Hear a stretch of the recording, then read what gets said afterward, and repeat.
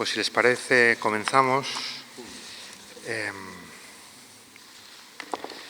El gran interés que yo tendría lo que querría transmitirles, que salió un poco el otro día, pero que la comunicación es una cuestión muy ligada al gobierno y tiene que ir muy ligada al gobierno. Para uno que manda, no es decir, esto que lo estudien los de comunicación y después me digan lo que tengo que decir.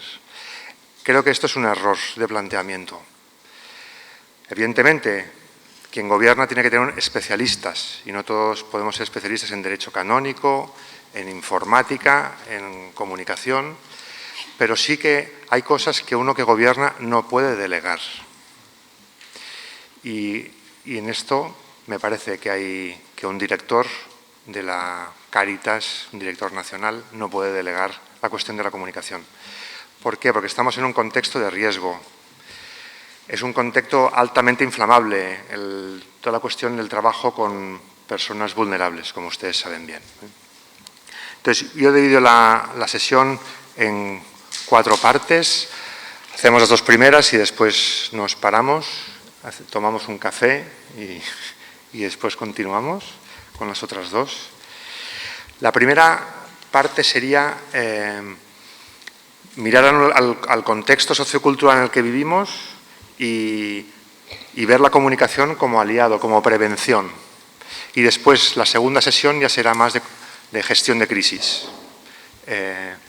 Cómo se hace, quién tiene que hacer parte del equipo, en fin, todas estas cuestiones y los principios que hay detrás de la comunicación de crisis.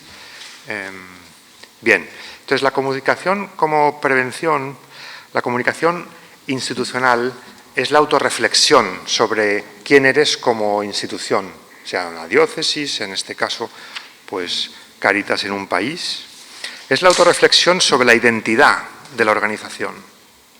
O sea, comunicación como autorreflexión de quién soy, partiendo de ese conjunto de características que constituyen la personalidad de una institución y que te distinguen de las demás. Origen, la historia, la misión, sus valores. Pues es muy importante partir de la identidad, de quién eres. Y la naturaleza, pues, de la Iglesia es el origen y el punto final. Es el origen de todo el proceso de comunicación y tiene que también ser el final. Y la identidad no es algo que se genera, sino que se recibe. Es una identidad recibida, no es algo generado como un producto. Entonces, la identidad siempre es el centro en el proceso de comunicación. Y es muy importante no traicionarnos a nosotros mismos en eso. Y que todo esté al servicio de eso. Por eso, si metemos la identidad al centro, la comunicación no es como una especie de armario de vestuario, de trajes, que me pongo en función de la crisis que hay, en función del viento, cómo va.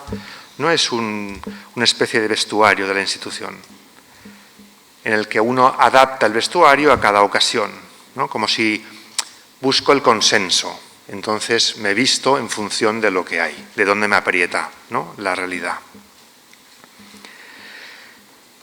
Estar muy pegados a la identidad es lo que nos hace ser consistentes en el tiempo y esa coherencia es lo que da credibilidad. Al final verán que lo que al final vamos es que la autoridad moral y la credibilidad, porque nosotros no cotizamos en bolsa y lo que nos interesa no es una autoridad en forma de que tenemos que dar a nuestros stakeholders, accionistas, un beneficio, sino autoridad moral.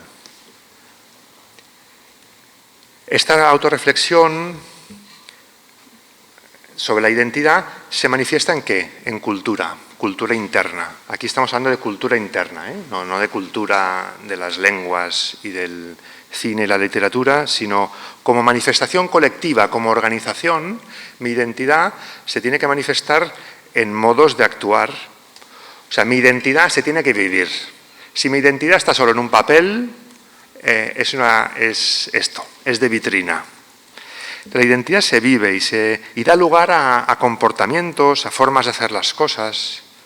Y ustedes seguramente en Cáritas pues cuidan eso, normas de estilo, políticas internas, protocolos, de quién recibe el teléfono, de quién acoge a la persona que viene, de cuidado también de la imagen corporativa.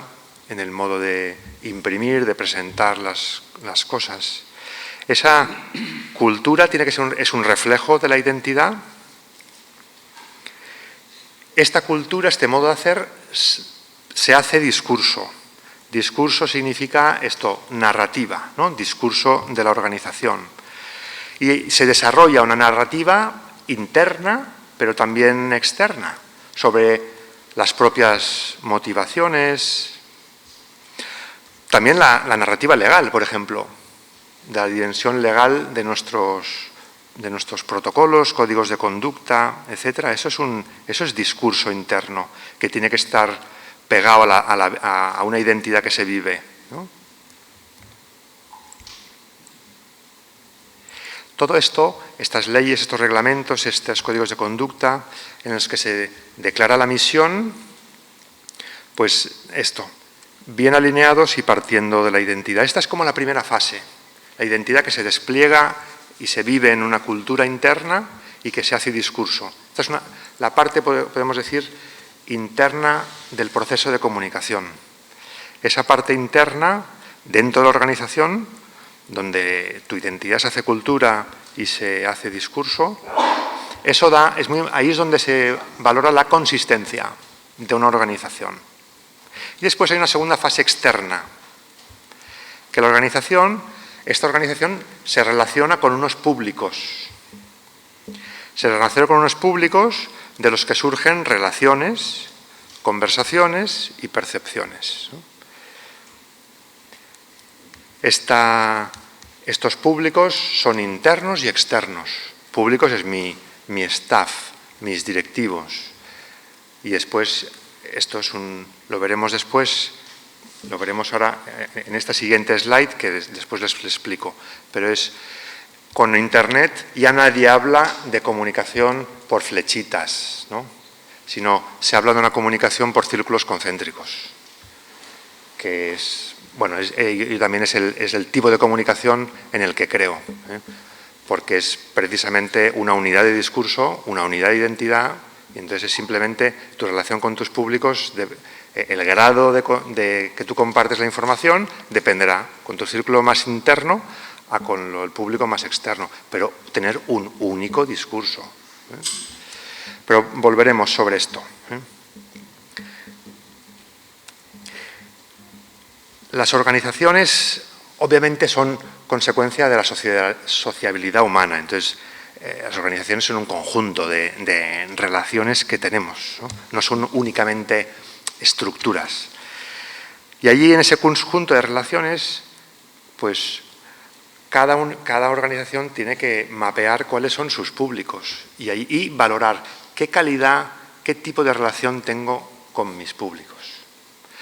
¿Por qué les digo esto que es tan importante? Porque cuando hablemos de crisis, después del café, verán que cuando ha entrado la crisis, es imposible. Si tú no tienes una relación ya con el público, por ejemplo, uno de los públicos son los medios de comunicación.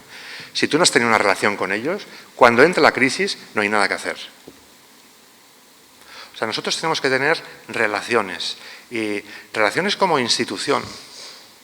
Relaciones que no son de jiji, jaja, que no son tienen que ser adecuadas a la dimensión profesional, y a un obispo, por ejemplo, tenemos que cuidar, los que le asesoramos en comunicación, para qué tipo de relaciones le animamos a tener, en qué clave, en qué contextos.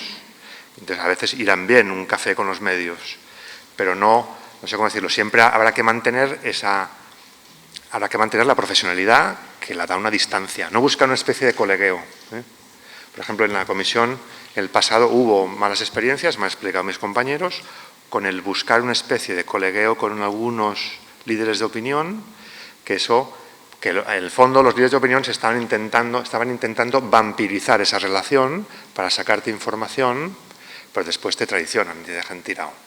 Entonces, nosotros, quienes asesoramos comunicativamente, tenemos que asesorar a los líderes a tener relaciones de calidad.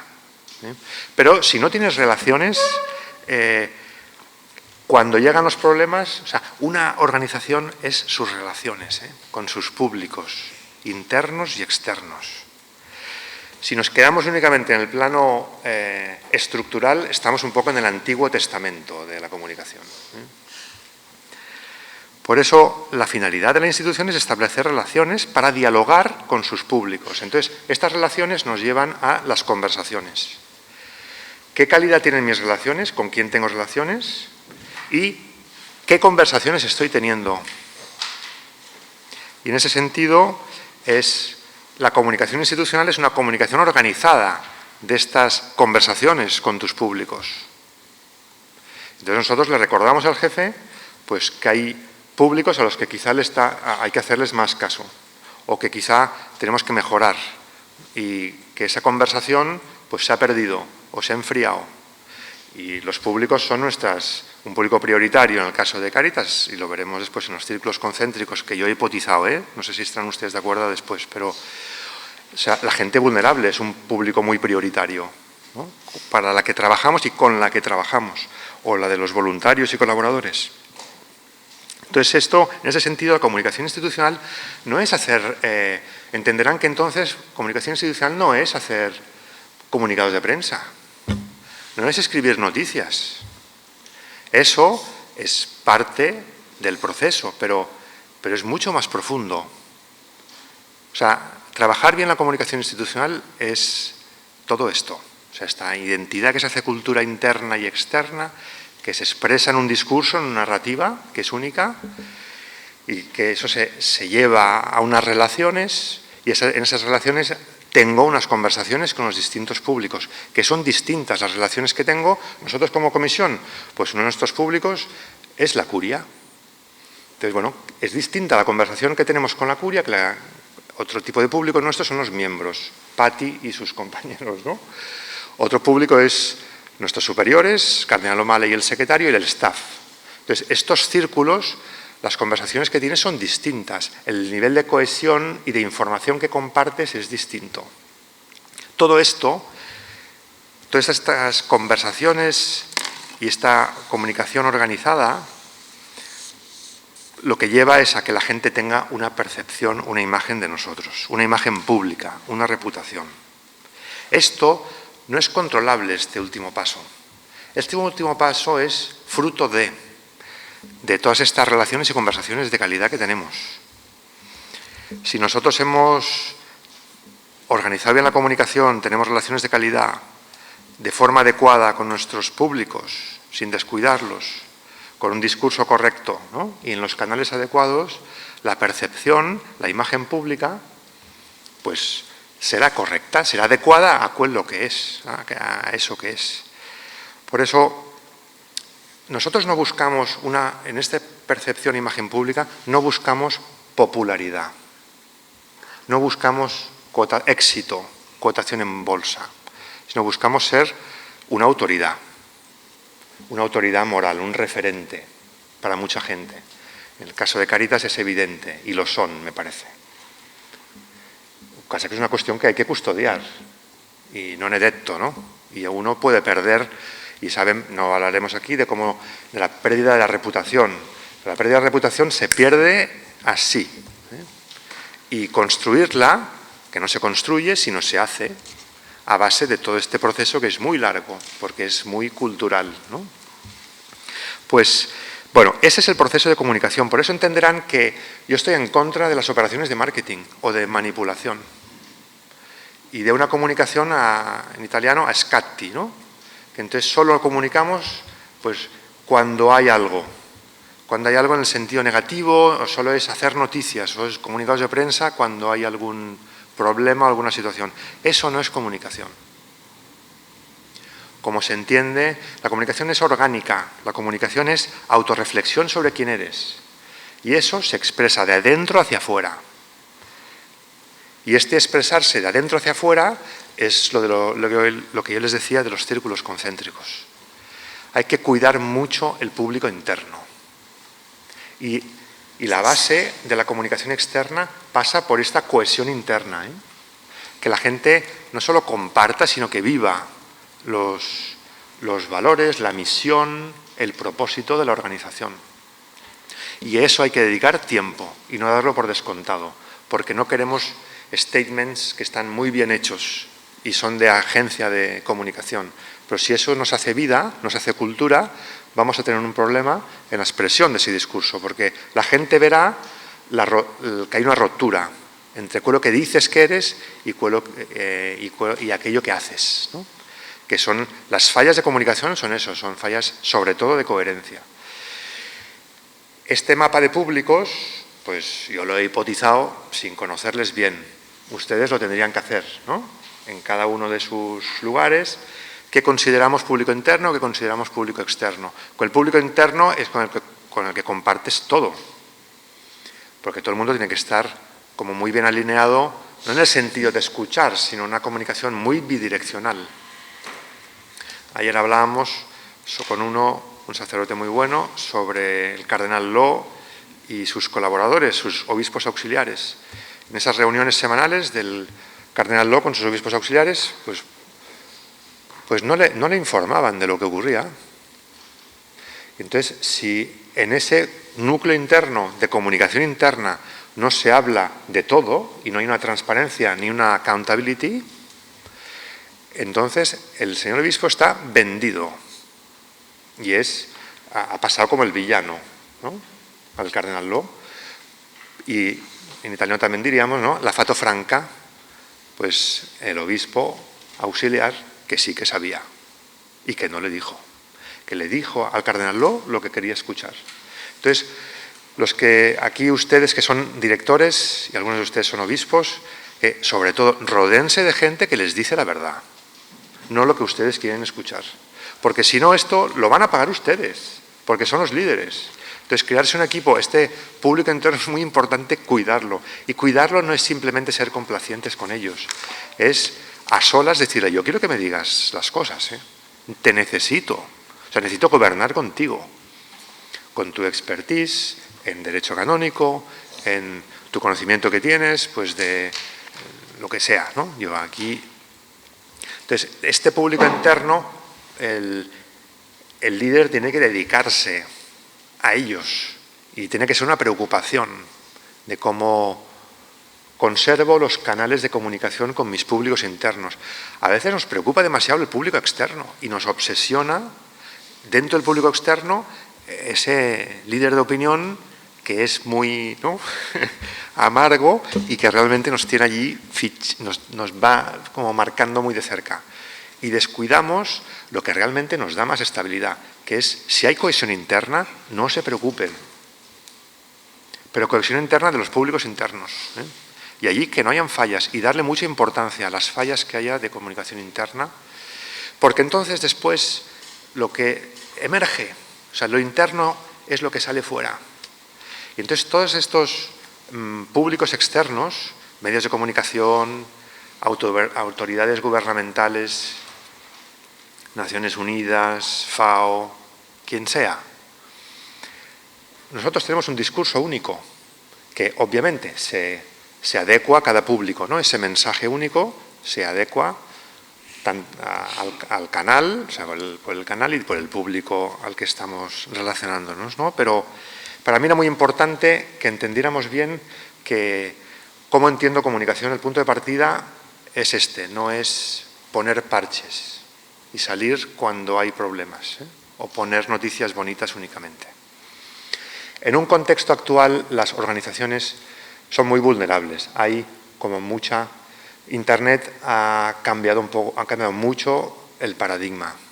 ¿Por qué? Porque tus públicos, tus stakeholders, o sea, saben mucho de ti y antes estaba todo mediado por unos medios de comunicación que hacían de filtro. Ahora mismo cada uno puede ser un medio de comunicación en el sentido de que tiene acceso a informar a un espacio, a una esfera pública que es, pues eso, que está en su mano. Y estos son los social media, ¿no? Esta vulnerabilidad institucional, yo quería hablarles muy velozmente de algunas enfermedades que pueden tener las organizaciones y que es bueno detectar. Una primera es la miopía, que es la falta de anticipación, de ver las cosas, de ver lo que me ocurre, de ver mis problemas. A veces buscamos, nos obsesionamos en tener datos, pero no hay análisis. Y aquí es big data, sin big thinking, ¿no? ¿Qué espacios tengo de reflexión en mi curia, en mi departamento de dirección de la Cáritas Nacional? Para simplemente, ¿no?, esos datos que nos llegan, pararse, eso, y alinear. ¿Estamos yendo donde queremos ir? Y eso, hacer ese proceso de comunicación y ese proceso de reflexión. Porque si no hay esa reflexión, muchas veces lo que ocurre es que no vemos lo que tenemos que ver. A veces porque no queremos ver, o a veces porque alguien nos lo filtra, como hemos dicho en el caso del cardenal Lo. La situación es tan compleja de gobernar una organización ahora mismo, porque hay tantos factores, que ustedes necesitan gobernar con colaboradores. Entonces, por eso es muy importante y es una de las enfermedades, yo diría, más frecuentes, la miopía. La segunda es la sordera, es una organización que no escucha. Nosotros estuvimos en la Santa Croce e invitamos a un profesor australiano, Jim McNamara, que habla del organizational listening y habla de que no es simplemente la escucha una cuestión bonita, sino que es una cuestión clave estratégica. Pues porque ocurre frecuentemente que los líderes hacen una escucha selectiva y eso bloquea la capacidad de aprender, la capacidad de que te llegue la realidad de lo que está sucediendo. Y eso amenaza la confianza, porque la gente, si ve que le has bloqueado, que le has filtrado, pues deja de hablar, deja de comunicar. Entonces tú estás perdiendo canales de información que para ti son valiosísimos para gobernar. Un gobernante gobierna con información de otros y da confianza porque necesita gobernar también con otros. Entonces, la cuestión de la sordera es muy importante, ¿a quién dais escucha? Y a veces se da escucha a un círculo cerrado. Esto, por ejemplo, les ha ocurrido a todos los papas, porque, o sea, ¿cómo se va a gobernar la Iglesia mundial? Es dificilísimo. Y antes era el círculo de los apartamentos pontificios y ahora es el círculo de Santa Marta. Y es evidente, o sea, en cualquier lugar, en cualquier organización, se generan círculos. Entonces, el que gobierna tiene que tener sus estrategias para conseguir que estas fuentes de información no le filtren las cosas, ¿no? Entonces, este Papa ha intentado, al menos yo me ha parecido entender, que él cambia muchas veces sus colaboradores y sus secretarios y tal, porque quiere precisamente que no haya... Pero, en fin, como ustedes saben, tiene problemas de comunicación. El Papa también, ¿no? Viviendo en Santa Marta, ¿no? Porque es que esto es un mal, yo diría, y un reto constante de quienes gobiernan. El abrir canales de escucha constantemente y estar siempre diciendo, preguntándome si estoy escuchando bien. Y a todo el mundo, como corresponde, estoy escuchando únicamente a los que se quejan. Porque muchas veces, ¿quién es el que habla más? ¿Quién se queja? Y el que no, pues es más... Entonces, ¿estoy cuidando ese público mío que muchas veces no habla? Otra enfermedad es la esquizofrenia, que es la discrepancia, decíamos, ¿no?, hemos dicho que esta identidad que se hace cultura, discurso, relaciones, conversaciones, ¿no? Lo que somos y lo que pensamos que somos como Cáritas, si lo que pensamos que somos como Cáritas difiere de aquello que decimos o de aquello que hacemos, son las fallas de identidad entre quién eres y lo que dices, y entre lo que dices y lo que haces. Allí, estas fallas, esta doblez, por eso, de verdad, busquen tener un único discurso. No quiere decir lo mismo a todos, por supuesto que no, círculos concéntricos. El nivel de confianza del círculo interior es de mucha más confianza que el exterior, pero un único discurso, porque la doblez se paga. Y el doble discurso se paga. Y aquí, pecado mortal, mentir, decíamos el otro día. Pero también las contradicciones, O sea, la doblez, el doble discurso, la falsedad, te quita credibilidad, como líder. La cuarta enfermedad y última que diríamos es la depresión, que es como una especie de desánimo generalizado. Bueno, porque uno trabaja en un ámbito de riesgo y entonces está sometido a muchas presiones, mucha presión mediática, mucha presión de politiqueo con algunas organizaciones que te quieren continuamente, a la que te despistas, te quieren colocar cosas, ¿no?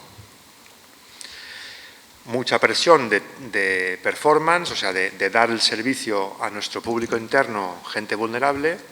Entonces, bueno, a veces se genera en una institución que está muy apretada por las diversas presiones, como una especie de desánimo interior de sobreestrés, ¿no? Entonces allí, de nuevo, volver, ¿no? Volver a quien soy, o sea, repartir siempre de la identidad, que sea el punto de vuelta una y otra vez. Pasamos a leer el contexto. Dejamos un poquitín qué entendemos por comunicación institucional, cuáles son sus enfermedades, y ahora miramos en qué contexto están trabajando nuestras organizaciones. Y aquí déjenme que sea un poco provocador. Estamos trabajando en un contexto de grandísima polémica. La arena pública, digital y no solo, fomenta y premia la lógica de la controversia, la hostilidad. Hay mucha hostilidad, ¿eh? El volumen del discurso en el público es muy alto, en el sentido de agresividad, ¿eh? Y esto, Internet promueve, ¿qué promueve Internet? El engaging, ¿no? El engagement. La lógica de la controversia es lo que funciona, es lo que hace que haya scrolls, es lo que hace que haya clics, es lo que hace que haya, pues, consumo, ¿no? De información. Entonces, la confrontación, la controversia y no el diálogo y la reflexión es lo que tira de la conversación online. Es muy importante entenderlo, que si nosotros vamos con nuestros 3 folios de reflexión, eso no se lo come nadie. No se lo come nadie.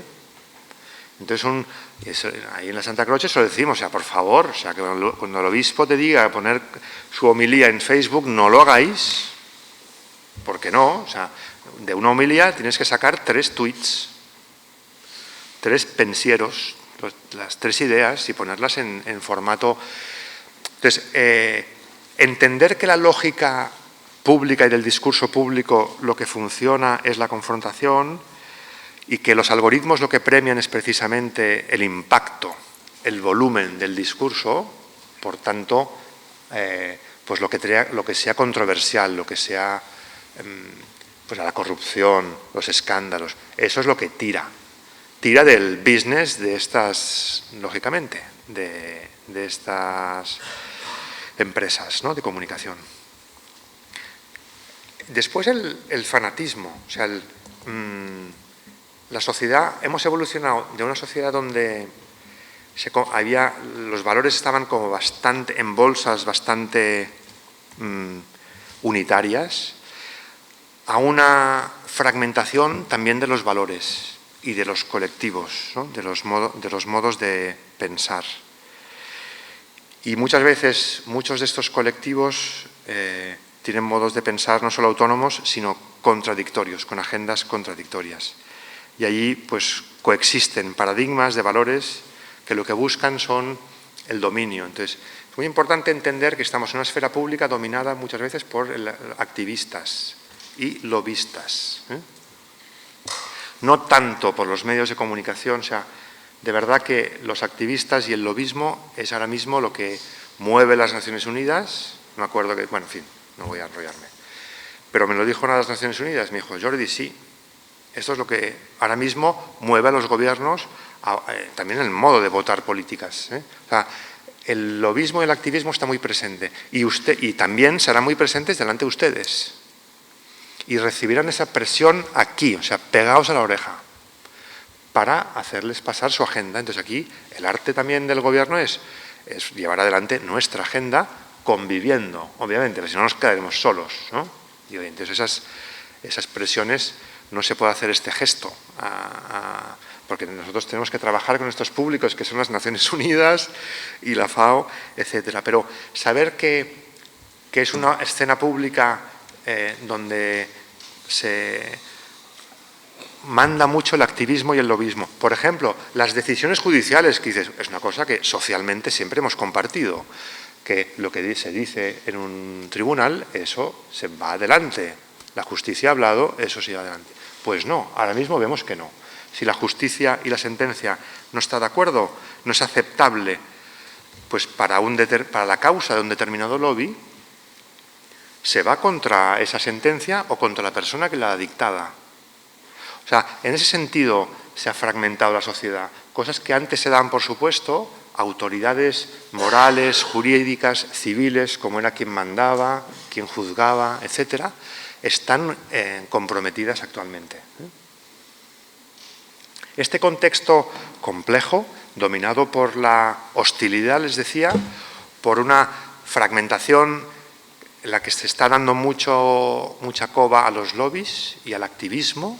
Entonces, ¿cómo trabajamos y cómo entendemos cómo trabajan los activistas? Ahí tenemos que, yo siempre les digo a los jefes, ¿no?, cuando trabajo o cuando les hago auditoría, tenemos que trabajar con dossiers, tenemos que tener dossiers sobre nuestros adversarios, tenemos que tener dossiers contra los grupos de los grupos de activistas que no son adversarios, para saber cómo trabajan, qué discurso tienen, etcétera, y qué dicen de nosotros, por dónde vienen las críticas. Hay también una lógica negativa del poder, que nosotros que entendemos, en la Iglesia, entendemos el poder como servicio, tenemos que entender que no somos percibidos, o sea, el poder que ejercemos no es percibido como servicio, es percibido en una lógica actual donde predomina el modelo mental de la hegemonía contra hegemonía. Y saber que aquí, pues estas derivas vienen de pensadores que han penetrado mucho, la teoría de Gramsci, la teoría de Foucault, donde no es lo que cuenta la verdad y la mentira, el bien y el mal, la verdad y la falsedad, sino la lógica de la verdad y la falsedad, la lógica que funciona y lo mueve la sociedad, dirá Foucault, es quien tiene el poder y quien no lo tiene.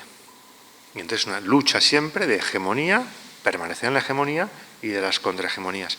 Claro, nosotros tenemos que entender que el público, el mundo en el que vivimos, y lo entendéis, yo estoy recordando solo cosas, pero que a veces quizá cosas que nos puede venir bien recordar para no frustrarnos y decir, claro, por eso me encuentro lo que me encuentro, por eso la presión que recibo viene de esto. Y después, finalmente, la desconfianza en las instituciones. Me salto esto porque no tendremos tiempo. Es social media y la cuestión del linchaggio mediático. Lo veremos más con la crisis. Quería ahora mostrarles simplemente algún dato de la crisis de confianza en las instituciones. No solo en la Iglesia, ni solo en los medios de comunicación. Entonces, esto es el Edelman Barometer, ¿no? Ellos hacen un barómetro de cada año.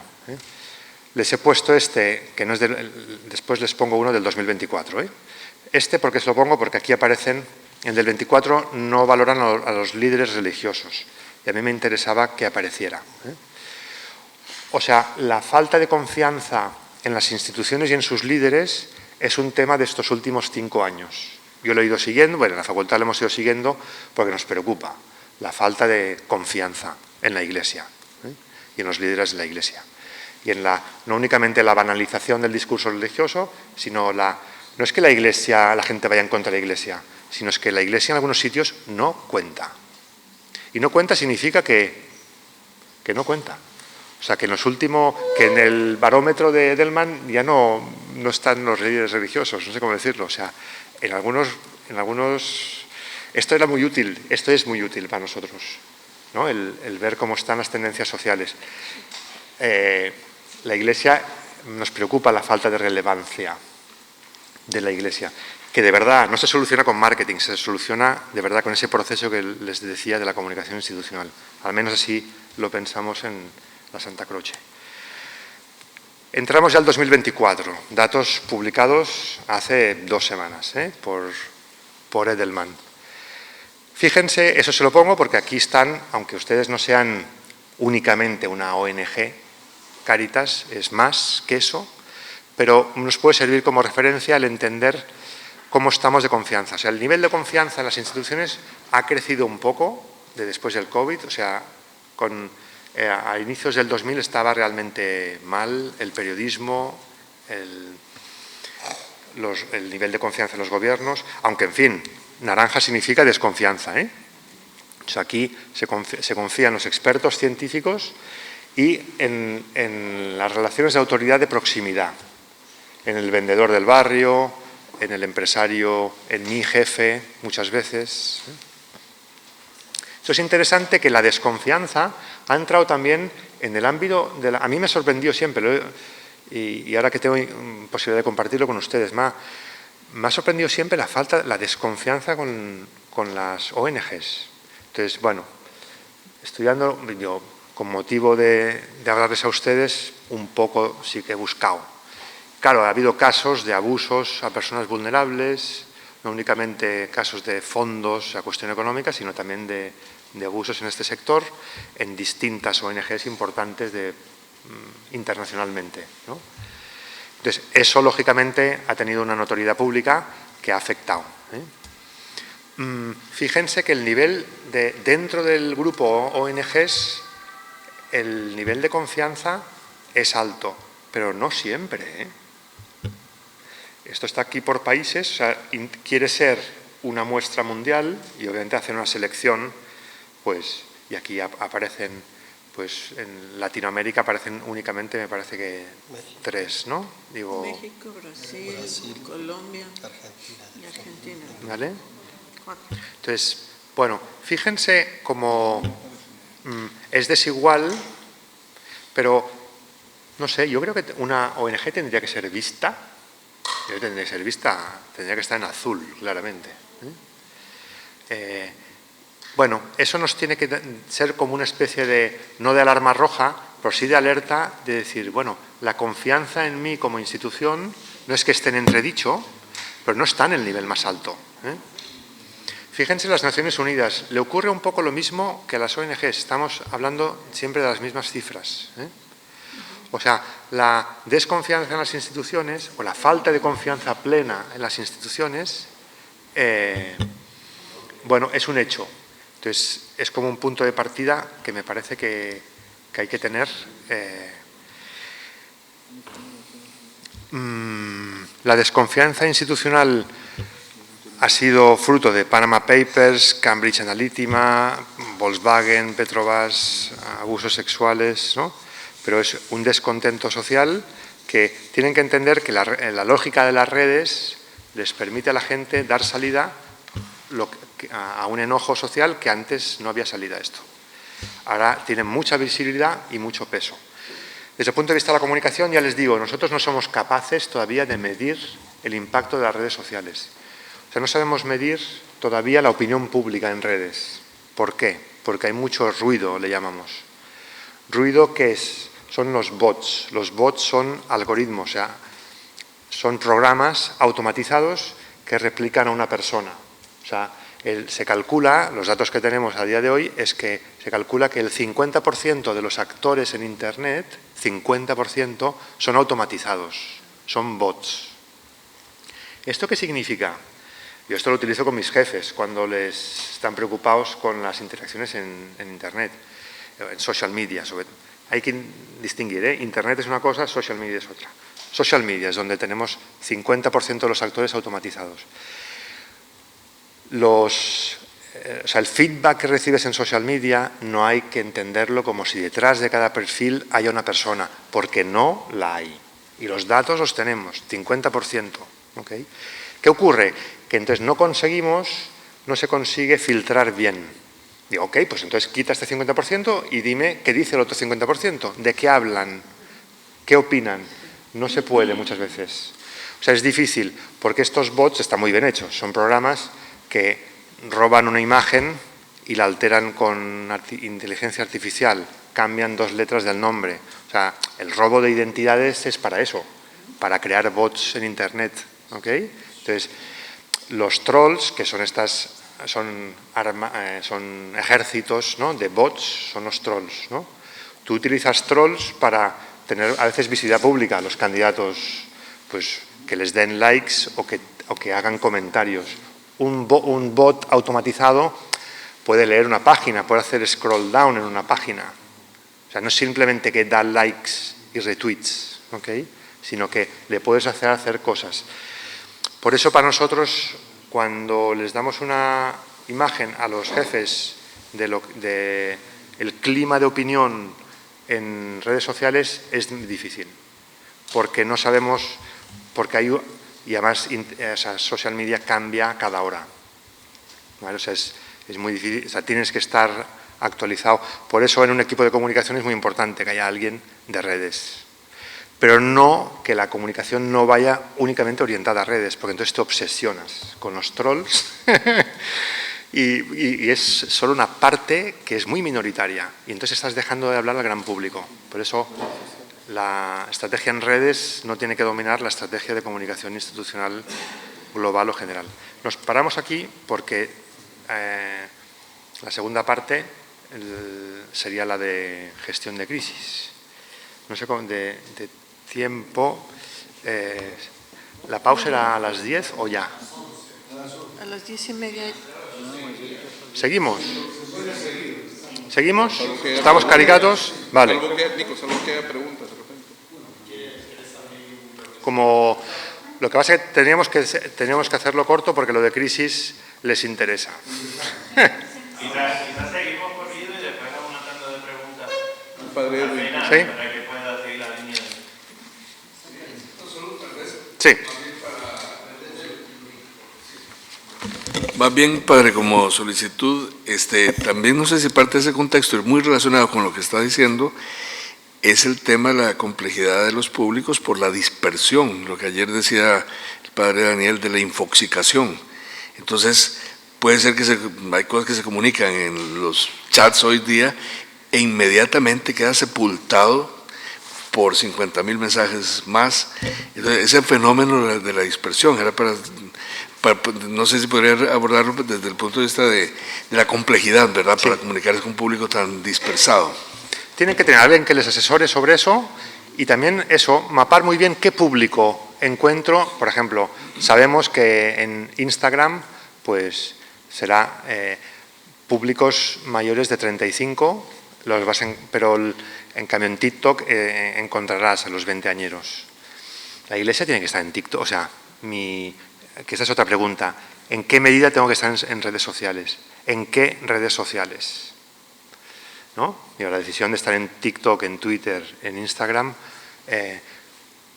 les comparto aquí, estábamos hablando con Juan Carlos Cruz, ¿no?, uno de los miembros, y el Monseñor Ali, que son los dos miembros de la comisión que están también en una subcomisión de comunicación aquí en la Pontificia Comisión de Tutela.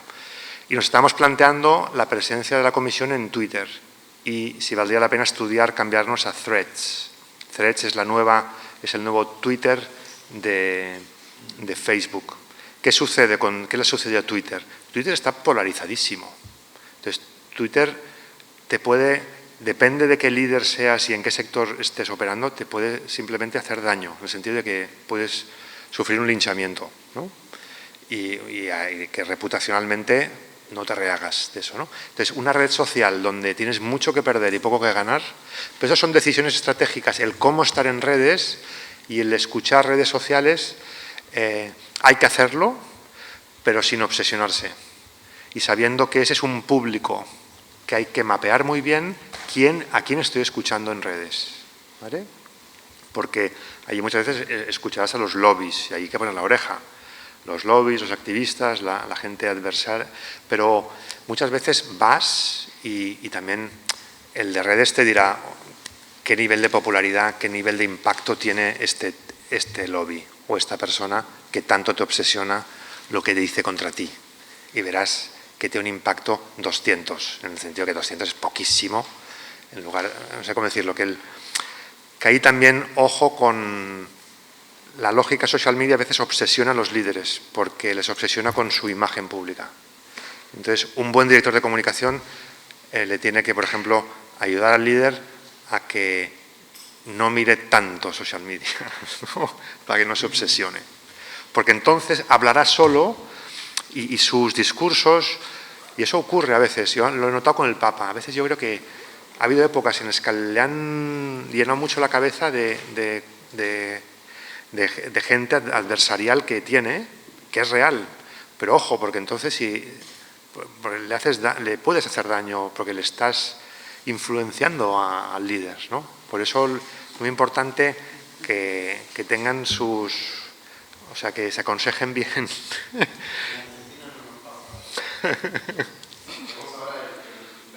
De la Nación solo gobierna con Twitter y está todo el tiempo condicionado por las conversaciones de Twitter. Y toma decretos y expulsa gente por lo que alguien dijo en Twitter. Es una cosa frenética y el país está patas para arriba por eso. Entramos en crisis. Nosotros en comunicación amamos las crisis. De verdad. Son ocasiones. Cuando presentó el cardenal el libro este del silencio y la transparencia con PPC, que Daniel Portillo pues, fue el que hizo que se tradujera para CEPROME y tal, pues el cardenal lo presentó aquí, en Maface, y hoy aproveché para contar un caso brevemente de él, de cómo él, después del Boston Globe, toda la cuestión de abusos, tal, pues de repente en 2018, pues eso, se filtra, empiezan a llegar por social media, pues gente que dice, que ha pasado por el seminario, que dice que en el seminario había avances homosexuales, que había actitudes homosexuales, que había alcohol, que estaba muy sexualizado el ambiente, cosas impropias de un seminario. Eso es una fumo del reato, ¿no? Es un poco, no es una noticia criminis, pero casi, o sea, los de comunicación y los de derecho somos muy sensibles a eso. Eso hay que escucharlo, que hay allí, porque, como saben ustedes, toda noticia o de una crisis comienza precisamente con una acusación pública, que eso es lo que es, ¿no? Él convoca al gabinete de crisis y soluciona y cierra esta crisis en 3 semanas. 3 semanas es muy poco. Una crisis que se podía haber durado meses y se podía haber conectado con el Boston Globe de antes y fíjate qué mal. De esa crisis, porque él salta la crisis, se iba de vacaciones, el cardenal O'Malley cancela sus vacaciones, y eso es un gesto que comunica muchísimo, convoca urgentemente el gabinete de crisis, en menos de 24 horas han nombrado una comisión independiente tratan bien al gabinete directivo, o sea, al rector del seminario y tal, preservan su presunción de inocencia, pero les hacen hacerse a un lado, delicadamente, abren canales de escucha, abren canales de denuncia, actúan muy tempestivamente y esa crisis refuerza a Boston en su credibilidad delante de los abusos. O sea, la crisis bien gestionada hace ganar a los líderes y a las instituciones no solo en cohesión interna, sino en credibilidad pública. Por eso las crisis ayudan. Todos tenemos crisis internas y externas y podemos crecer. ¿Qué tipos de crisis hablamos? Pues miren ustedes, o sea, una crisis ocasional es que ustedes tienen, ha hablado o que ustedes tienen sí, un voluntario que llegan a saber que él se dedica pues, a suministrar abortivos, ¿no?, a mujeres en una región, por su cuenta, y pistolas. Entonces, pero ella vistiendo la camiseta de Cáritas. Eso lo consideramos una crisis puntual, en el sentido de que es ocasional. La crisis de abuso la consideramos una crisis crónica. Y dirás, y esto hablaremos un poco después, ¿por qué la Iglesia sigue atrapada en la crisis de los abusos? Y no saldremos hasta que tengamos una estrategia conjunta, no la tenemos. Y entonces es un déjà vu constante. Y simplemente cambia el país, pero siempre lo mismo, siempre lo mismo. Y los que no nos quieren bien aprenden, porque saben que es crónica, entonces aprenden los unos de los otros. Por eso el otro día les dije, atentos, que ustedes, es evidente que el foco está puesto en Latinoamérica. El modus operandi, el del país. Les van a montar el spotlight, que después ha sido el país, y que ahora va a ser en Latinoamérica, lo que sea. Entonces, el modus operandi, pues los que nos dedicamos a esto lo hemos estudiado. Entonces, ese es el deseo que tendríamos, que es una de las cosas de la comunicación de crisis que les quiero explicar aquí, que es prepararnos para lo peor, para trabajar con anticipación. O sea, la comunicación siempre es trabajar 1 o 2 pasos antes que los otros. Por eso tenemos que trabajar con dossiers, tenemos que tener informes sobre la gente y tenemos que tener una estrategia y no ir por detrás. Porque si informamos cuando aparecemos en medios negativamente, eso es una comunicación reactiva. Estás únicamente reaccionando y la agenda y la iniciativa la llevan otros. Entonces, las crisis son puntuales, como la negra, o sea, la hemos dicho, la línea negra, que sería, boom, la escalation, y después decrecimiento. Nosotros nos hemos instalado en una situación de crisis permanente y eso va mancillando la reputación de la organización. Hará más difícil recuperar la confianza, porque está más erosionada desde que los niños son pequeños y van creciendo, van escuchando que la Iglesia, pues que los sacerdotes son abusadores, ¿no? Entonces eso va calando. O sea, tipos de crisis agudas, crónicas y después previsibles. Algunas crisis son previsibles, pues, no sé, la que les puse yo el otro día. Es una crisis que en cierta medida irrumpe, sí, pero tienes unos meses para prepararte. Y esos meses no se aprovecharon. Una crisis previsible, pues casos de corrupción, pues tendríamos que tener un plan de crisis para cuestiones que pueden ocurrir en nuestra curia y saber cómo la resolvería. Si tengo filtración, alguien de la curia filtra, si alguien de lo que sea. O sea, las previsibles y las imprevistas, un ataque terrorista, ¿no? Un hackeraggio de nuestro sistema informático, pues son cosas que no se pueden prever, pero no se obsesionen con eso. Las imprevistas no es lo más importante. Y a veces se le hincha la cabeza a los líderes sobre estar preparados para lo imprevisto. Y no es lo más importante. Lo más importante, las cifras nos dicen, es esto. O sea, esas son las cifras que hay. O sea, las crisis, un 39% son imprevistas, imprevisibles, pero, y aquí el 61%, por favor. O sea, hay muchos problemas que si hubieran sido abordados en el momento adecuado, no se habrían convertido en crisis. Y eso es por una de las enfermedades que hemos visto antes, por la sordera o la miopía, o de no querer ver o de no querer escuchar, o de hacer una escucha fragmentaria o selectiva, o de no querer mirar o no ver porque no has visto que te engañaban, no has visto que te estaban diciendo lo que querías escuchar, porque no has renovado tu equipo, porque lo que sea. Entonces allí es saber que la mayor parte de problemas no hemos sabido ver ese cura que comenzó a tomar alcohol y entonces de tomar se pasa, es una degeneración que se pasa a otras cosas. Entonces el pulso, tener a alguien que toma el pulso de los sacerdotes, pues es una muy buena comunicación preventiva. ¿Ok? Pero por eso escuchar, tener los canales para ver y recibir información es la mejor prevención. O sea, más comunicación bidireccional, yo es lo que les recomiendo para prevenir, que es que limpien los canales de recepción de información y los tengan al día. Y mi dispiace, pero el 51% de las crisis son causadas por los directivos, no por los subordinados, como a veces se piensa. Los empleados causan algunas crisis, ¿no?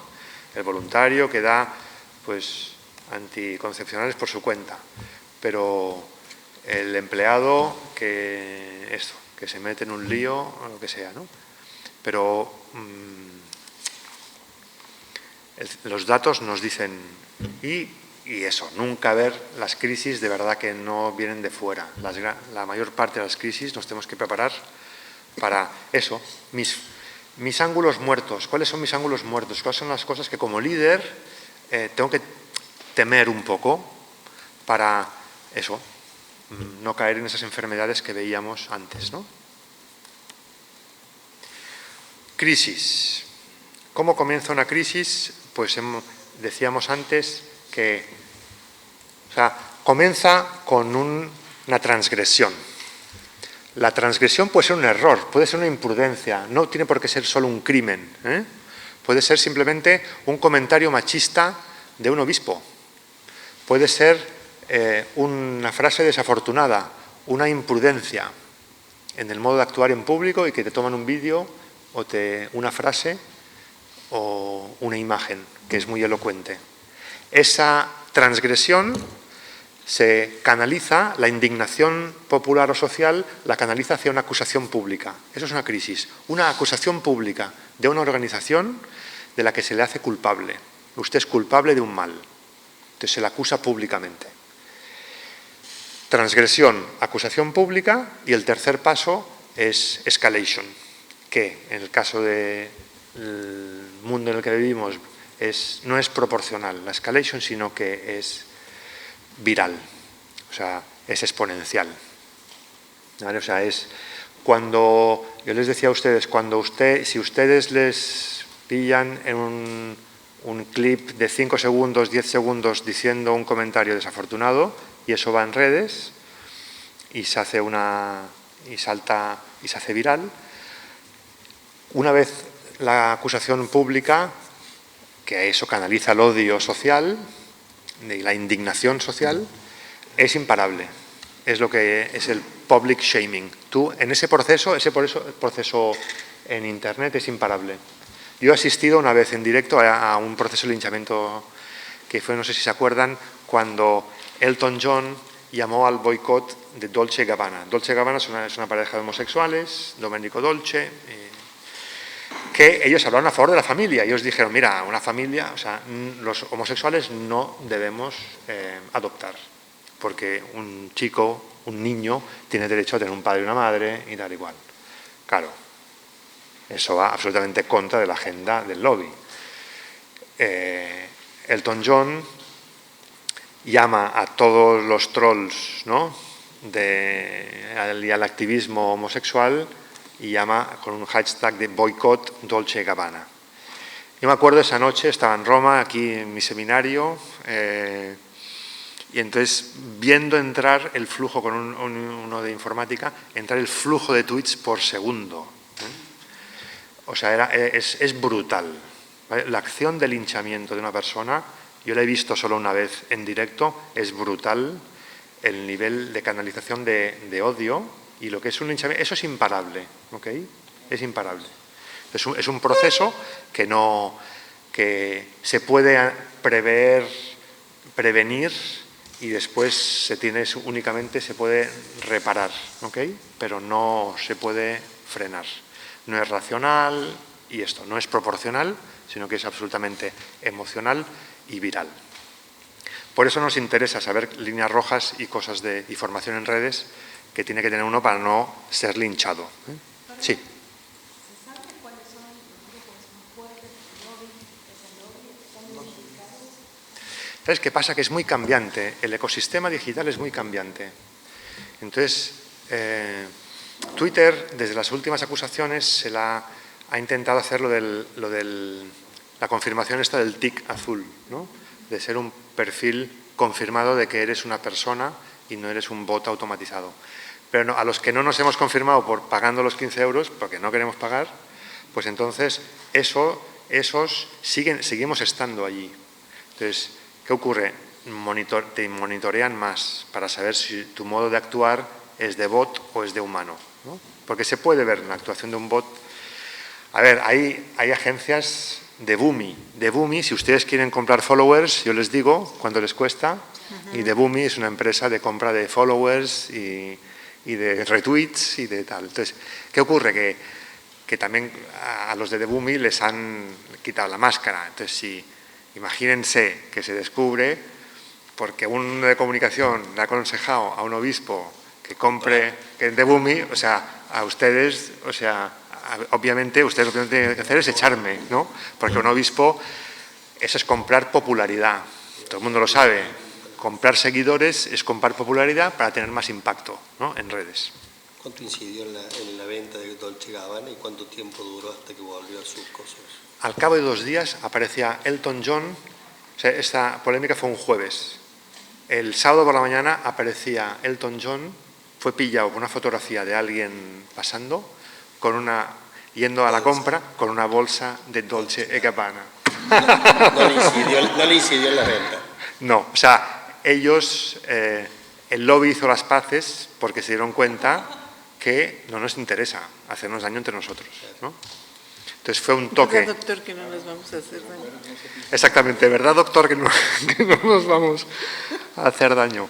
Entonces, entra la crisis. Ustedes lo primero que tienen que hacer es convocar el gabinete de crisis. ¿Tienen un comité de crisis? Esta es la primera pregunta. Tienen que tener un comité de crisis. Comité de crisis es saber quién tiene que estar, ¿no? Tiene que estar alguien que mande. Y allí, porque el gobierno no se puede delegar. Muchas veces no será el obispo, pues sí será un obispo auxiliar, ¿eh? O sea, ese es el nivel que estamos hablando, ¿eh? O sea, tiene que ser alguien de mando, porque ahí se toman decisiones de gobierno, ¿eh? Tiene que estar el de comunicación, tiene que estar seguramente un jurista, alguien financiero, y depende del tipo de crisis, tiene que estar alguien pues, del tecnológico, si ha sido un hackeraggio o si ha sido algo en redes. Digo, el equipo puede variar un poco, pero el nócholo duro es este. ¿Quién forma parte del...? Primero, la primera tarea del gabinete de comunicación que se tiene que convocar inmediatamente. Y a veces, inmediatamente, es que esto te suena por la noche y te tienes que levantar y a las 4 se convoca el gabinete de comunicación y las primeras horas son por Zoom y después ya son en la oficina. Este es el mestiere que hacemos. Porque el tiempo, la tempestividad en una crisis es fundamental. Entonces, el primer trabajo del gabinete de crisis es recopilar información, abrir canales de información, recogida sistemática. Tienes que tener alguien en el equipo que no solo recibe información, sino que la ordena y la verifica. Atentos, que no es simplemente recibir información, no todo está al mismo nivel. Hay informaciones que son exageradas. Hay que distinguir lo que es información verificada de lo que es una opinión.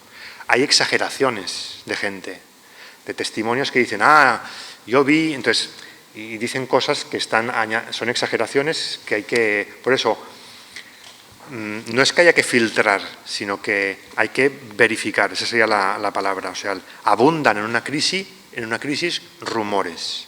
¿Por qué? Porque la razón no es porque son malos, sino porque una crisis genera una demanda de información de 0 a 1000 y de golpe esa crisis hace que mucha gente quiera saber. Entonces empiezan a buscar a los vecinos, a todo el mundo. Y usted ha visto, entonces el que no ha visto resulta que vio. Entonces ahí todo el mundo opina. Y todo eso se mete en el mismo paquete. Entonces tú como gabinete de crisis tienes que abrir canales de información, pero filtrar. Y no dar todos los comentarios de los vecinos, ¿no? como testimonios oculares, ¿no? Entonces allí, para precisamente lo que te interesa es, yo como organización necesito abrir canales de información para entender el problema, entenderlo en verdad qué ha pasado. Entonces, las primeras horas es muy importante el organizar muy bien la recopilación de información, el proceso cómo se va a hacer y distribuir responsabilidades entre los de dentro del comité de crisis. Porque la primera tarea del comité de crisis es definir el problema. ¿Cuál es el problema y de quién? Y ahí lo vieron ustedes el otro día y se lo puse un poco expresamente, ese caso donde se mezclan responsabilidades de qué es de Cáritas, qué es de la diócesis, qué es de Cáritas local, qué es de Cáritas internacional. Entonces, ¿cuál es el problema y de quién? Es muy importante. ¿Cómo se hace el definir el problema? Obviamente con información, pero no solo información, por favor. O sea, la opinión pública funciona con percepciones. Entonces, ahí es donde tengo que mapear mis públicos. ¿Cómo perciben mis públicos el problema? Entonces, allí, definir el problema en base a tus públicos. Y entonces, ahí por eso tú este mapa de públicos ya lo tienes hecho. Que es, ¿no? ¿Cuáles son mis públicos internos, cuáles son mis públicos externos? Porque si has organizado bien la comunicación, pues te ayudará, porque todo eso no hay que hacerlo, sino que ya está hecho. Cuando dices que necesitamos detectar primeramente cómo está percibiendo el problema esos públicos, a lo mejor yo pienso que les importa A, y en realidad lo que les importa es B, yo estoy trabajando en A y no va a servir de nada. Bueno, no estoy trabajando todavía, estoy haciendo la fotografía. Entonces me interesa mucho saber cómo lo ven ellos, cómo ven este problema. Por ejemplo, el de Rubnik, ¿no? De verdad, que hay gente que se cree que el problema es de derecho canónico. Y el problema es de desatención, de desprecio absoluto al colectivo de las monjas y consagradas, que están enfadadas, y están enfadadas con el Papa. Porque quien haya asesorado al Papa, pues el Papa todavía no ha dicho nada, no ha empatizado con las víctimas de Rubnik todavía. O sea, ¿cómo perciben una crisis nuestros públicos? Es muy importante dar información a quien manda, ¿eh? Que no es un problema de derecho canónico, sino que es un problema de un colectivo escochato.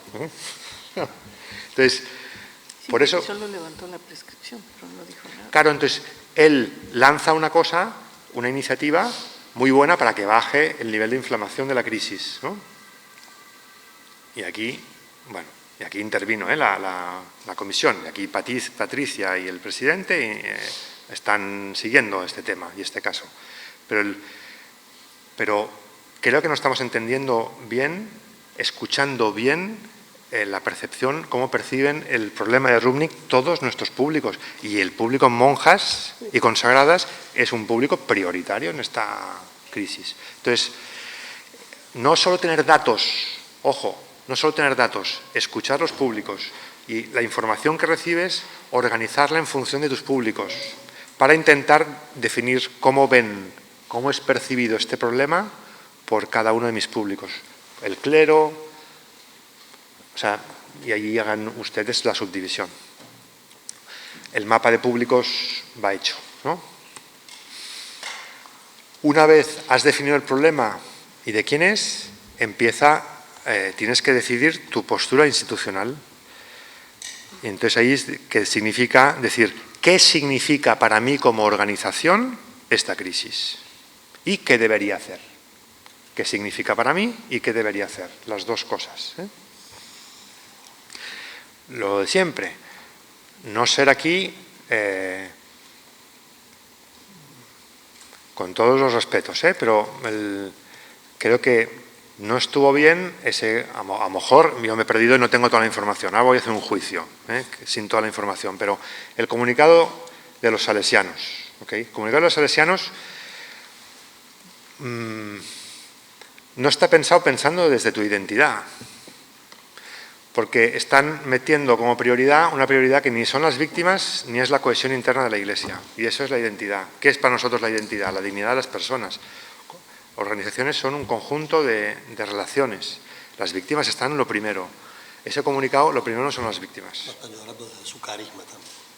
¿Perdón? No están llorando desde su carisma, porque dentro de la Iglesia el carisma particularmente son los niños. Eso, no quería ir tan lejos, de que traicionan su identidad, que pues, se podía llegar a traicionar tu identidad por... ¿Y eso por qué? Yo creo que seguramente, estoy interpretando y juzgando, personalmente, seguramente han pesado demasiado los abogados en ese comunicado, que les han metido miedo. Los abogados meten miedo a quien dirige, y a los obispos, y a los líderes, y a los directores. Pues por eso es muy importante trabajar que no solo estén asesores jurídicos, sino que esté también la comunicación, que esté también el asesoramiento psicológico, terapéutico, lo que quieras, y financiario tiene que estar, pero también que no manden solo los de las compañías de seguros y los abogados, Porque al decidir la postura institucional, ¿qué es lo que se expresará en el comunicado de prensa? Pues claro, yo, ¿de dónde parto? Es muy importante no traicionarme, y no traicionar mis valores, y no traicionar yo a quién sirvo, y quién soy, y cuál es mi misión, ¿no? Allí, en esta decisión de la postura institucional, uno hace, lo primero es, decíamos, ¿qué significa para mí? Pues primero es repudiar el mal causado. Y ahí, si ustedes vuelven sobre el comunicado de Cáritas, el Bangui sigue esto, y está bien hecho, como ejemplo. Por eso también se lo puse. Repudiar el mal causado. Si hay certeza de responsabilidad, si con los datos que tienes ves que eres responsable, tienes que asumir la responsabilidad. Si ves que no eres el responsable, tienes que defenderte y decir, no soy responsable. Eso hay que tener certeza, y eso, si ocurre, hay que hacerlo. Y si no hay seguridad, anunciar que vas a investigarlo. No lo sé, lo investigaré. Pero entienden que eso hay que decirlo al cabo de unas cuantas horas. O sea, no estamos hablando de días, estamos hablando de horas. Una pregunta. ¿Y podrías simultáneamente decir esto sí, esto no y esto no sé? ¿O no sé? Es la cuarta, que es cuando es complicado. Cuando es complicado es porque tengo responsabilidad en algunos aspectos, o tengo una responsabilidad indirecta. Entonces, el es complicado, porque hay que matizarlo. La primera respuesta, tú no puedes decir es complicado, porque entonces la gente sospecha. ¿Vale? Entonces, ahí tienes que optar por el lo investigaré, porque la realidad aquí hay responsabilidades compartidas, entonces nosotros queremos analizarlas con más detenimiento. Entonces, obviamente nuestra organización está implicada, pero es una responsabilidad compartida que queremos entender mejor. Entonces, allí, en ese caso, cuando es la cuarta, cuando es compartido, señores, la transparencia es la única solución, la única. Ser completamente transparentes. Completamente. Si no, no saldrás de esa vivo. Repudiar el mal causado, si hay responsabilidad o no, ahí hay que decirlo. Explicar lo sucedido. O sea, nosotros tenemos que dar nuestra lectura de los hechos. Y la lectura de los hechos tiene que ser, nos interesa que sea, hasta donde sé, esto es lo que sé. Por eso, la tarea del comité de crisis cada día cambia, cada día se enriquece. La verdad se va abriendo. Lo importante es, ojo, o sea, que que la recogida de información sea buena para que no queramos ya decir toda la verdad, cuando no la sabes, cuando todavía no tienes tienes que seguir escuchando. Entonces, en eso, por eso, explicar lo sucedido, en algunas crisis tú tienes que dar una rueda de prensa al día, o a veces 2 al día, cuando es una crisis muy grande, una al final de la mañana, una al final de la tarde. Esas ruedas de prensa, pues se van enriqueciendo los datos, se va enriqueciendo el cuadro, entonces eso es de lo que se va informando.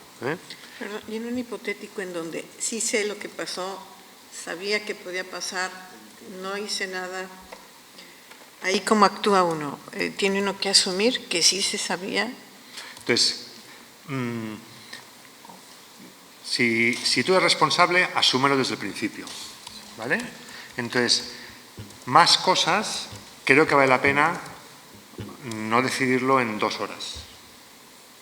Lo habíamos previsto y no hemos hecho nada, espérate decir esto. En el primer comunicado basta con que digas que eres responsable, porque ya te estás asumiendo. Lo otro, estúdialo para calcular, para mapear riesgos y consecuencias, porque tú cuando dices algo después tendrás que seguir, porque la gente te seguirá preguntando. Muchas cuestiones es que no hay una estrategia de seguimiento en el sentido de que la información, la gente se seguirá haciendo preguntas. Eso vendrá, Pati, con el Q&A, ¿vale? Que es un documento que elabora este comité de crisis que es súper necesario, ¿no? O sea, ¿perdón? Vale, sí, ahora lo explicamos en la fase 5, mejor, o sea, es una pregunta-respuestas, pero lo explico después, para terminar. O sea, aquí se dicen 3 cosas: rechazo los hechos, me asumo responsabilidad o no, cuento mi relato hasta donde sé y anuncio medidas. ¿Vale? Sí, ya está, sí, ya sé y soy responsable, ¿no? Hay 3 documentos de los que os hablaré, porque creo que se entra mejor explicarlos en fase 5, que es el documento de a medida que voy recibiendo información y a medida que voy entendiendo cómo lo entienden mis públicos, me voy haciendo un cuestionario de lo que se preguntan mis públicos. Y preguntas con mala uva. O sea, las preguntas que todo el mundo se haría. Y ahí tengo que tener un equipo de comunicación que sepa ser eso crítico y hacerse las preguntas, hacer espejo de las preguntas que se hace la gente. Para esas preguntas capciosas y tengo que esforzarme en responder. El equipo de comunicación de crisis tiene que esforzarse en responder. ¿Vale? Entonces, esos documentos son los que después nos servirán para una comparecencia pública de los líderes, por ejemplo. Y estar preparados para todo tipo de preguntas. Esto es lo que te da el documento de preguntas y respuestas y el del argumentario. Sí, perdón. No sé si pueda como ayudarnos a entender esta parte. Es muy importante el entender las preguntas para no dar respuestas no solicitadas. O sea, no respondas lo que no te pregunten, a no ser que sea necesario, pero si no es guardar, es ir guardando respuestas para después. Exacto. Y eso lo tienes tú. El Q&A, el pregunta-respuesta, nosotros no lo damos. No, eso es nuestra munición. Eso es lo que el Departamento de Comunicación trabaja para los líderes. Yo tengo que dar a mis líderes argumentario para hacer frente a esta rueda de prensa que será dura. Entonces, ¿cómo les preparo? Les tengo que preparar dándoles argumentos para afrontar preguntas duras. Y también les tengo que entrenar para que un líder, si una pregunta no estaba en nuestro radar, diga que no lo sabe. ¿Vale? O sea, pero nunca, o por ejemplo, ¿no?, un error glamoroso, y lo puedo decir aquí, el obispo obispo español, que le preguntan sobre un abuso, él estaba a 2 meses de ser emérito. A 2 meses, se lo aseguro, en la primavera. Y entonces un caso de abuso irrumpe, periodista, en el patio de entrada del Palacio Arzobispal, y entonces él, en lugar de responder lo que 2 minutos antes había hablado con el vicario judicial y con el de comunicación, se pone a hablar con el corazón. Y deja de responder lo que habían quedado que respondería. Y entonces dice, y yo me pregunto si un cura no puede tener un mal día. Le dice como pensamiento que seguro que los obispos os hacéis, pensando en vuestra gente. Pero no lo puedes decir. No lo puedes decir. ¿Ok? Porque me pregunto si un sacerdote no puede tener un mal día. Un sacerdote, le preguntan sobre un cura de su diócesis que acababa de salir acusado de... Es que el mal día lo tengo con la sobrina de él, a ver si lo puede tener el mal día. No lo puede decir. ¿Vale? O sea, no, o sea, hablar con el corazón no. O sea, en la esfera pública se tiene que hablar a la esfera pública, sitúate. Estás hablando y eso tiene unas reglas que te tienes que dejar asesorar para no cometer errores graves, ¿no? Claro, totalmente. Y arruinó todo, o sea, no puede vivir en paz este hombre, o sea, a 2 meses del emeritazgo, o sea... Una chica de la Pastoral de Juventud fue toqueteada por un sacerdote y la chica se fue junto al obispo a denunciarle. Y el obispo le dijo, no hagas una montaña de unas piedritas. Y eso generó la indignación. Claro. Y en forma permanente, en todos los anuncios, comentarios sobre esto, le subrayaba al obispo esto. Él pidió perdón después, No. que es lo que se tiene que hacer, ¿no? Allí la estrategia sería, primero, creo que yo le asesoraría, intentar conectar con esta persona y ver si acepta encontrarse contigo, no en tu palacio, sino ir a su lugar a pedirle disculpas, si te las acepta, y después pedir, o sea, reconocer que uno se ha equivocado, porque si se ha hecho público, se tiene que pedir perdón público, ¿eh? No solo personal. O sea, un perdón personal es el clave y el canal es personal. Un contexto público, el contexto tiene que ser público. Sí. Una observación. Pero aquí viene el tema ético, que a mí me preocupa. Porque si voy a hacer lo correcto o lo que hay que hacer para disolver una crisis, es decir, estos comentarios desde el corazón o desde el hígado, desde donde vengan, finalmente hablan de un concepto que se tiene de un tema en particular. Sí. Y voy a ir a disculparme porque eso me va a ayudar públicamente, pero no lo creo. Digo, porque lo que sí creo es no hagas una montaña de unas piedritas. Ese es un tema... Totalmente, Patricia. Y eso es la conversión que nos está viendo el Papa, que es una conversión pastoral también, que es una espiritualidad también.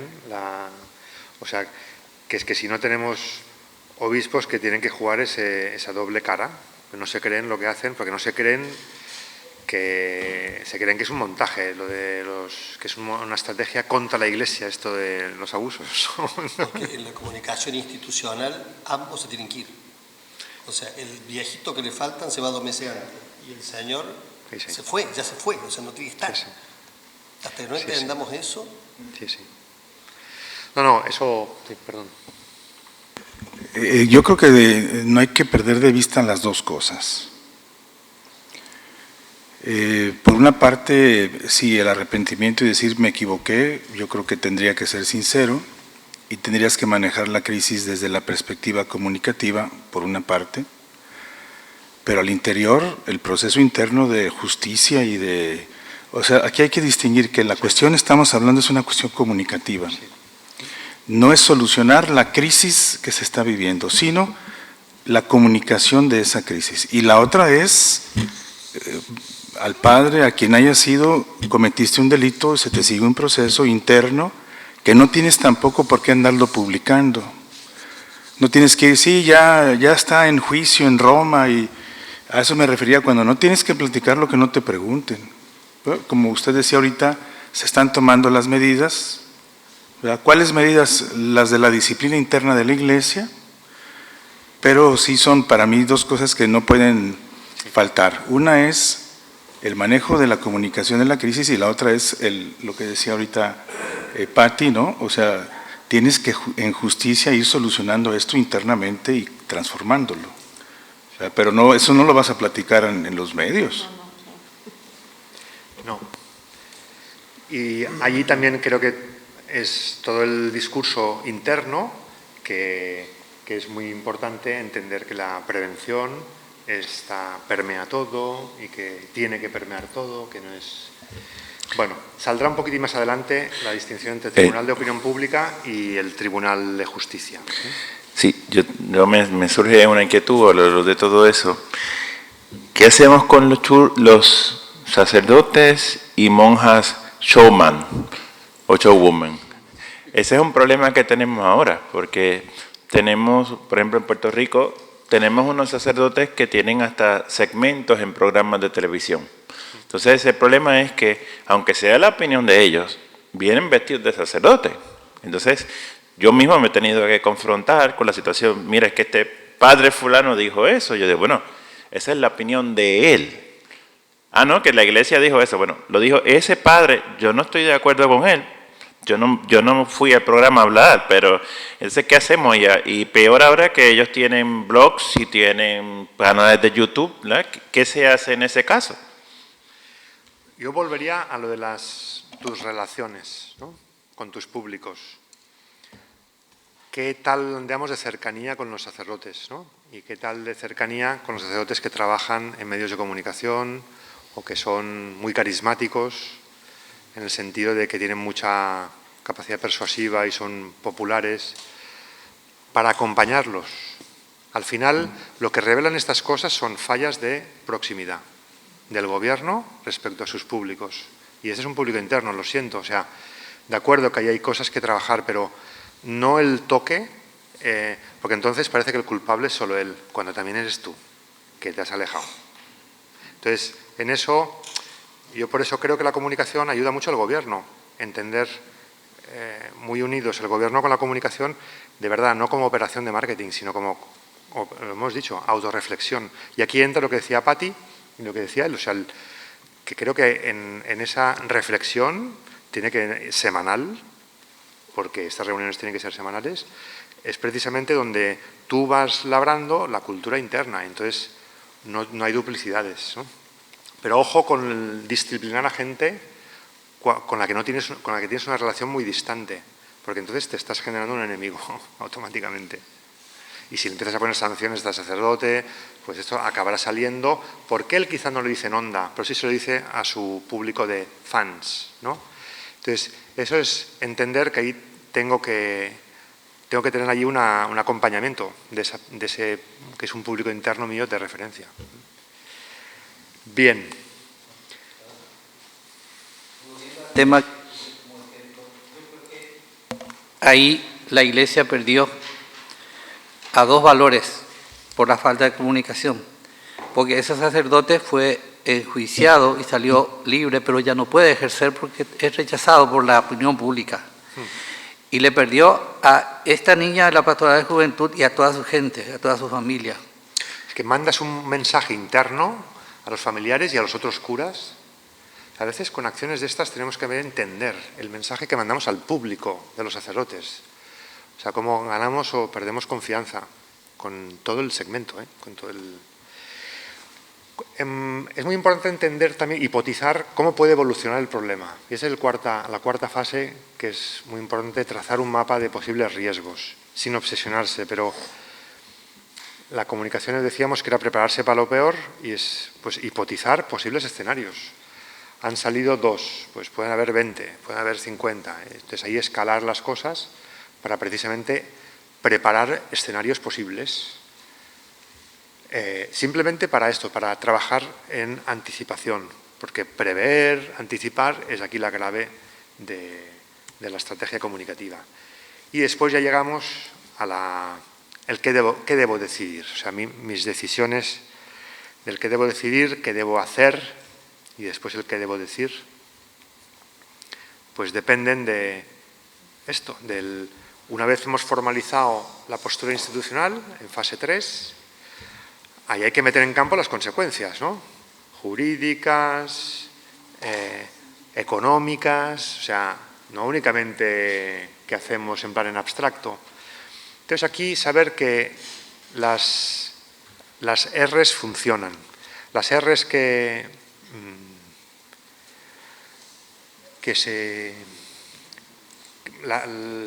el mundo secular habla de 4, quizá en ámbito de la Iglesia pongo también conversión, ¿no? Que aquí se podría utilizar reform y añadir una que fuera renewal o simplemente conversión. Pero no es decir regret, decir que aquello que ha pasado pues está mal, resolverlo, comprometerse con restituir, comprometerse con que no va a volver a suceder.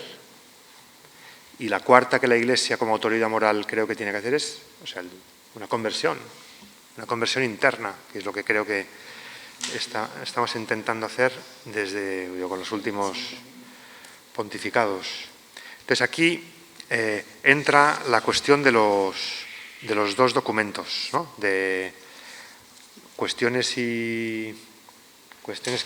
todas las posibles preguntas que se pueden hacer nuestros públicos para preparar a mis voceros, ¿no?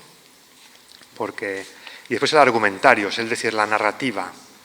¿Qué narrativa construyo? Que obviamente, que sea verdadera, pero que muchas veces la crítica que se nos hará será presentada en clave política y nosotros tenemos que hacer una operación de reencuadre, ¿no? Los yanquis hablan del reframing, ¿no? Que te llega una acusación en clave política y tú la tienes que meter en clave eclesial. Y no seguir la lógica. Yo, por ejemplo, Pati lo sabe, que uno de los proyectos que tengo, que me haría mucha ilusión para la comisión, creo que los informes sobre la Iglesia de abusos, esos informes hay que hacer un reframing. Nos han metido en un embudo, porque precisamente buscan unas cifras y no nos ayuda, porque mezclan casos históricos con casos reales, un abuso que queda todo dentro del mismo paraguas de abuso, una caricia que no toca con una violación. Entonces, creo que tendríamos que ser capaces de hacer un reframing en el sentido de buscar un nuevo modelo de abuso, un nuevo modelo de informe. El argumentario lo que busca es encontrar mi propia narrativa de esto, de lo que ha pasado, de lo que ha sucedido, y de modo de contarlo y darle encuadre, ¿no? Porque muchas veces, como nos lo cuentan desde fuera, es a veces capcioso. El qué debo decir, primero es elegir un portavoz, después un canal, dirigirme, hablarle a mis públicos por su propio canal. Y eso es una cuestión de alineación, también de comunicación estratégica, de también establecer el tono adecuado. con el cual pues le hablamos a cada público. Entonces allí el empatizar con cada público y al hablar basándose en sus percepciones será la clave. Aquí un elemento muy importante que aparece es retomar la iniciativa informativa. Muchas veces hemos sido como apantallados por ser portada en muchos medios y aquí lo que tendremos es, precisamente como hemos tenido muchos datos, lo que hay es que conseguir nosotros recuperar la iniciativa informativa contando. Contando, a veces no es simplemente datos, sino historias, ¿no? En resumen, si partimos de nuestra identidad, que esta identidad se refleja estratégicamente en una acción y en un discurso. Es muy importante que en todo el proceso de comunicación de crisis haya esta alineación de quién somos, qué hacemos y qué decimos, en todas las fases, ¿no? Y eso es, teóricamente, esto es como una consistencia interna que nuestro director de comunicación o el obispo, yo creo que los obispos los dirigentes tendrían que tener formación en comunicación, porque esto es indelegable. Hay muchas cosas que el ADN lo tiene que tener el padre, o sea, el que dirige, el número 1. Pasamos al último bloque, que es... No sé si hablaste del punto 5, yo no me di cuenta. ¿Qué debo decidir? El qué debo decidir, sí, o sea, allí lo que hace pasar rápido para llegar a lo otro, pero es... bueno, está bien. ¿En qué consiste el reformarme? ¿Qué voy a cambiar? ¿Qué voy a hacer para que no vuelva a suceder? ¿Qué voy a hacer para indemnizar? O sea, las 5 R's las tienes que explicar, les tienes que poner patas. Hay 4, porque yo añado la de conversión, porque en la Iglesia tenemos esta cuestión de... O sea, en los manuales encontraréis 4. Nosotros tenemos una 5ª. Es conversión. Se parece a la justicia francesa. Exactamente. Sí.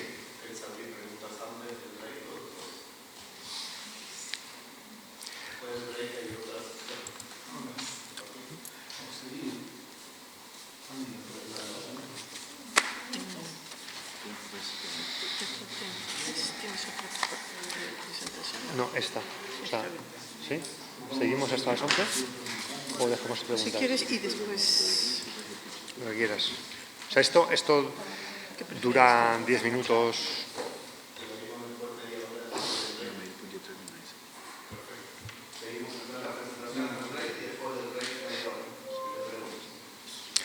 O sea, este proceso de comunicación de crisis, que es, de verdad, lo que les he dicho antes no es opinable, en el sentido que es una experiencia, que es secular, es eclesial, es que hemos aprendido de cómo se hace en organizaciones y que en la Iglesia pues, se busca un modelo a medida, porque precisamente no somos Coca-Cola, sino nuestros valores son otros, entonces hay cuestiones en las que las motivaciones tienen que ser otras.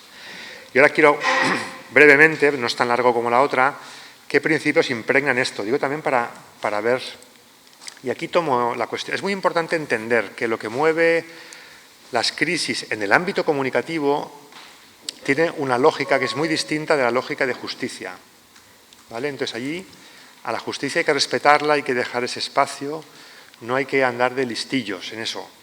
Y en eso no, porque a veces es adelantarse a cosas que no tocan. Entonces,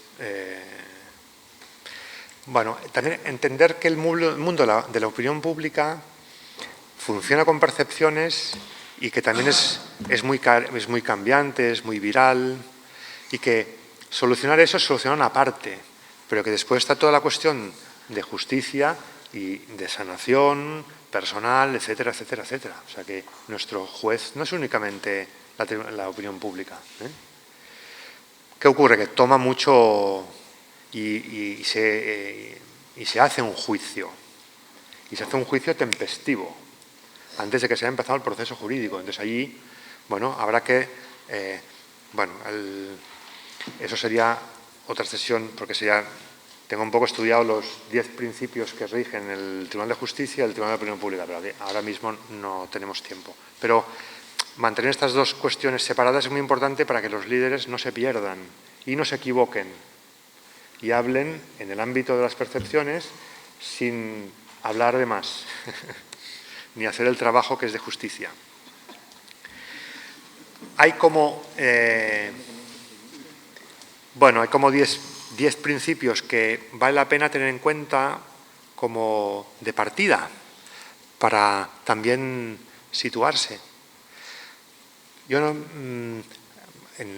los que nos dedicamos a esto dentro del ámbito de la Iglesia pensamos que, no les repito la identidad porque ya lo he dicho 1000 veces, pero que el sistema es de comunicación continuada, comunicación incesante le llamo yo, somos una organización de alto, una HRO, High Reliability Organization o High Risk Organization.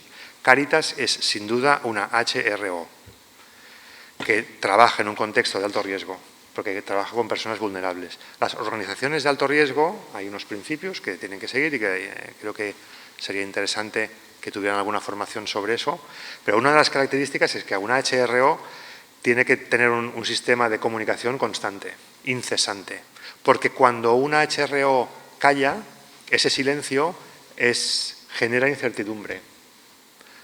Y la Iglesia y una organización que trabaja con personas vulnerables, muchos ojos están puestos en nosotros. Y eso significa que un silencio desorienta, desconcierta callar. Cuando la organización calla, genera desconcierto, no es igual.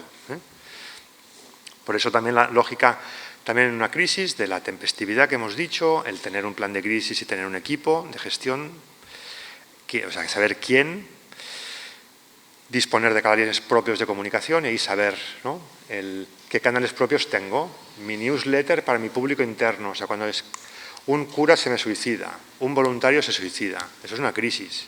¿Cómo voy a gestionar eso? ¿Únicamente hacia afuera? No. Primero ¿cómo vas a trabajar el público interno?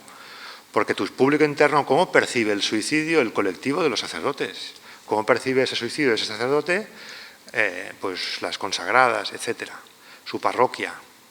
Entonces, tener canales propios, saber cómo tengo los canales propios de comunicación con mis públicos.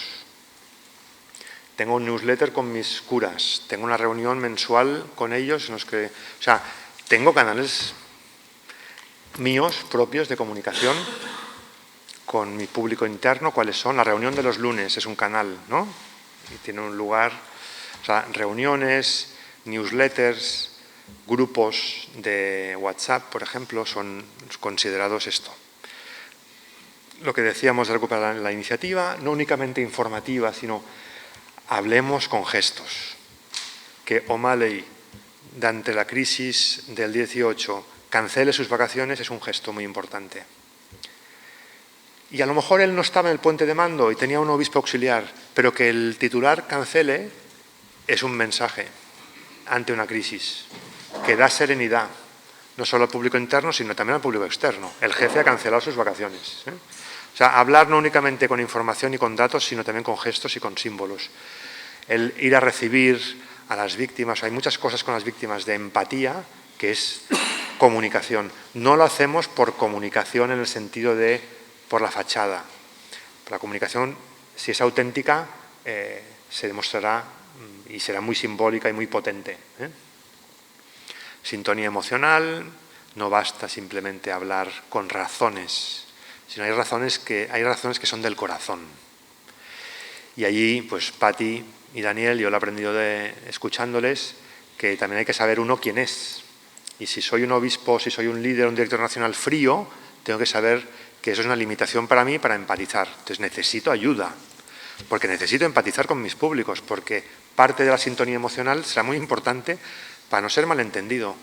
Y aquí no da tiempo, pero la crisis del cardenal Pell, cuando acompaña a ese sacerdote a los tribunales, ¿no?, que fue percibido por los públicos como que Pell estaba de algún modo legitimando o protegiendo corporativamente a ese sacerdote. Y lo hizo como padre, un obispo acompaña a su sacerdote. ¿Cómo fue percibido por el público de las víctimas? Como corporativismo. ¿Okay? Pell tenía muchas cualidades, Una no era la empatía. ¿No? ¿De verdad? Y él creo que lo supo. Gracias se lo hicieron ver. Y gracias a eso no cometió, podía haber cometido estragos. Porque uno que no es empático es un elefante que entra entrar allí en una joyería en plan elefante. Entonces, por eso, saber cuáles son, o un líder que no comunica muy bien por lo que sea, entonces, o que es muy serio, o que tiene una cara tristona, pues allí hay que trabajarlo eso, con media training. Ahí, por ejemplo, la diferencia entre Juan Pablo II y Benedicto XVI es radical, ¿no? Esa foto que le hicieron a Benedicto cargando un niño que parecía que le habían puesto una alienígena, y en cambio esta cercanía de Juan Pablo, que además era... Pero allí ayudar al líder a ser el mismo, O sea, no podemos hacer de una persona lo que no es, entonces en eso no hay que...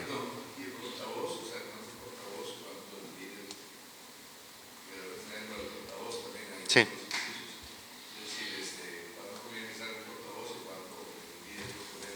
Tiene que dar la cara. Son decisiones editoriales esas, si poner un portavoz o tiene que haber el obispo o tiene que haber el vicario general, o esas son decisiones que depende de la crisis. Sí, hace